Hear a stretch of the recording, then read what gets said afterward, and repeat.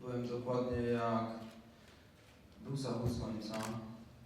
Udało mi się jeszcze zrobić parę zdjęć. Niestety, kręcąc filmy, aparat się wyłączył i się później okazało już na samym dole, że nic z tego nie wyszło.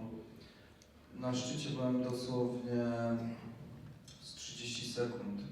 Wiedziałem, że po zachodzie słońca warunki, które mieliśmy komfortowe wręcz na grani, zmienią się diametralnie. Że przyjdzie po prostu niesamowite zimno. Tego się najbardziej obawiałem. I natychmiast zacząłem schodzić. To jest moje zdjęcie ze szczytu. Widać po prostu już inne barwy niż na zdjęciach Adama. Jest to po prostu zachód słońca. I przy podstawie kopuły już szczytowej, samej kopuły, już nie grani, tylko kopuły szczytowej, spotkałem chłopaków, którzy podchodzili razem już. Nie było żadnych odstępów, po prostu byli razem. Maciek akurat zrzucał plecak na ziemię. Miał dosyć duży, tak mi się wydawało. No i zacząłem rozmawiać z chłopakami. Tomek mi proponował wspólne wejście jeszcze raz na szczyt i nakręcenie filmu.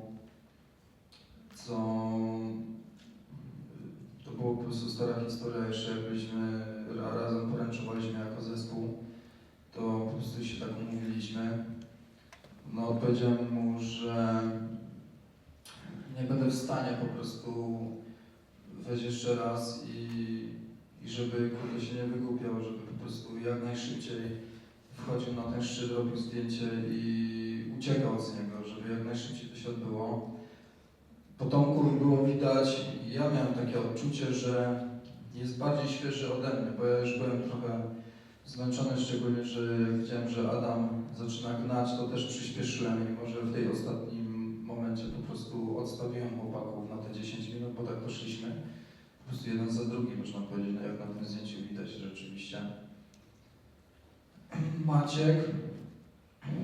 Maciek widząc, że po prostu ja będę sam schodził,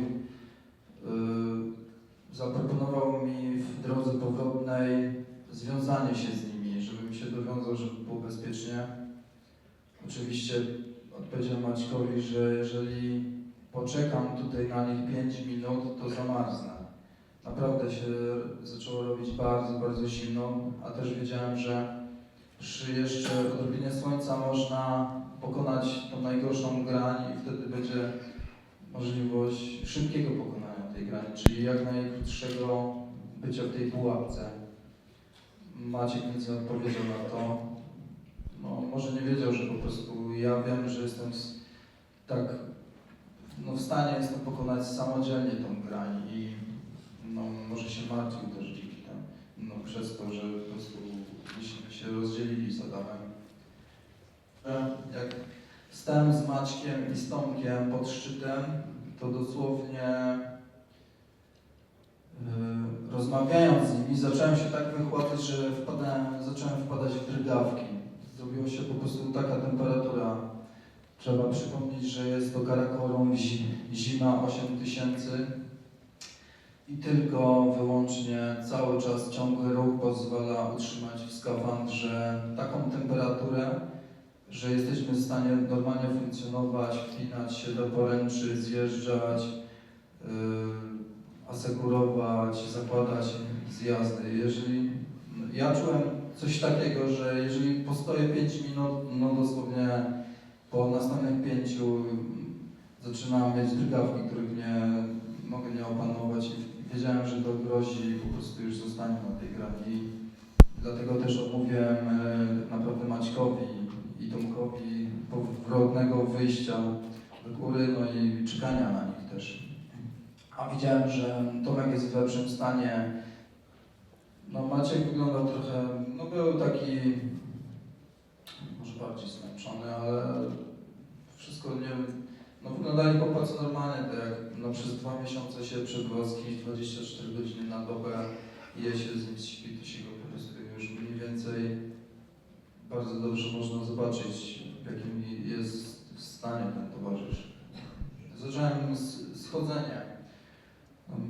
W mojej głowie wyglądało tak, że po prostu biegnę po tej grani. Wiadomo, że na 8000 tego się nie da wykonać, ale po prostu, że biegnę wiedziałem, że dotarcie do przełęczy to jest, no praktycznie już jest się w namiocie, bo to jest najgorszy fragment. Cały czas na 8000 ta gra nie schodzi nigdy tam poniżej 8. No, dopadł mnie zmrok taki totalny przed Rocky Summit. Tam wyciągnąłem czołówkę. Nic nie było widać, było no, bardzo ciemno, nie, było bezchmurne niebo, bez księżyca, było bardzo ciemno. I zacząłem powolne schodzenie. Tempo nas naprawdę niesamowicie spadło przy schodzeniu przy czołówce. I tak z takimi, można powiedzieć, drobnymi jakimiś przerwami dotarłem do przełęczy.